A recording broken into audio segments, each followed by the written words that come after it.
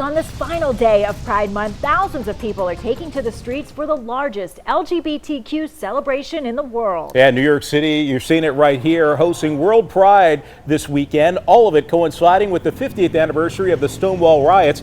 Activists here in Atlanta also taking part. CBS 46's Ayani Hughes followed the Stonewall March here. Ayani. That's right, guys. Earlier today, Pride Atlanta honored a long but progressive 50 years since the Stonewall March in 1969 in Manhattan. And I did speak with one resident who was actually involved in the Stonewall riots, and he says, although the Stonewall movement happened, it was just the beginning.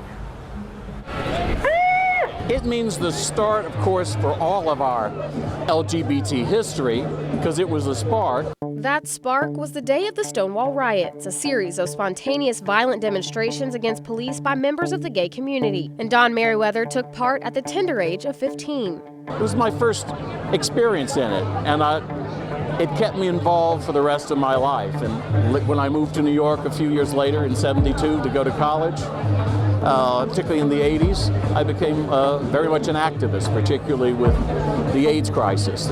The Stonewall demonstration started in Manhattan in 1969 after queer people across the country fought back from being sacrificed daily and oftentimes marked as criminals by police.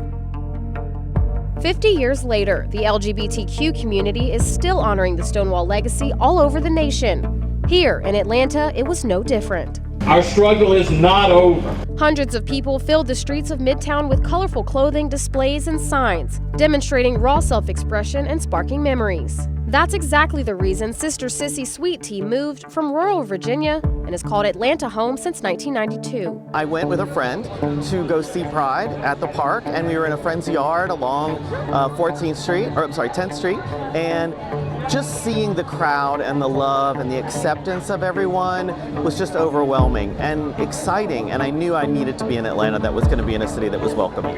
For Don Merriweather, Sister Sissy Sweet Tea, and the rest of the LGBTQ community, the Stonewall anniversary is more than just honoring a legacy. It's a resistance that reversed a long history of social injustices and police brutality towards the gay communities. And Stonewall marchers told me that they were also very encouraged at how many young people came out to not only honor, but carry on the Stonewall legacy. Live in Midtown, Ayani Hughes, CBS 46 News. And Atlanta's Pride Parade and Festival is in October. Ayani, thank you.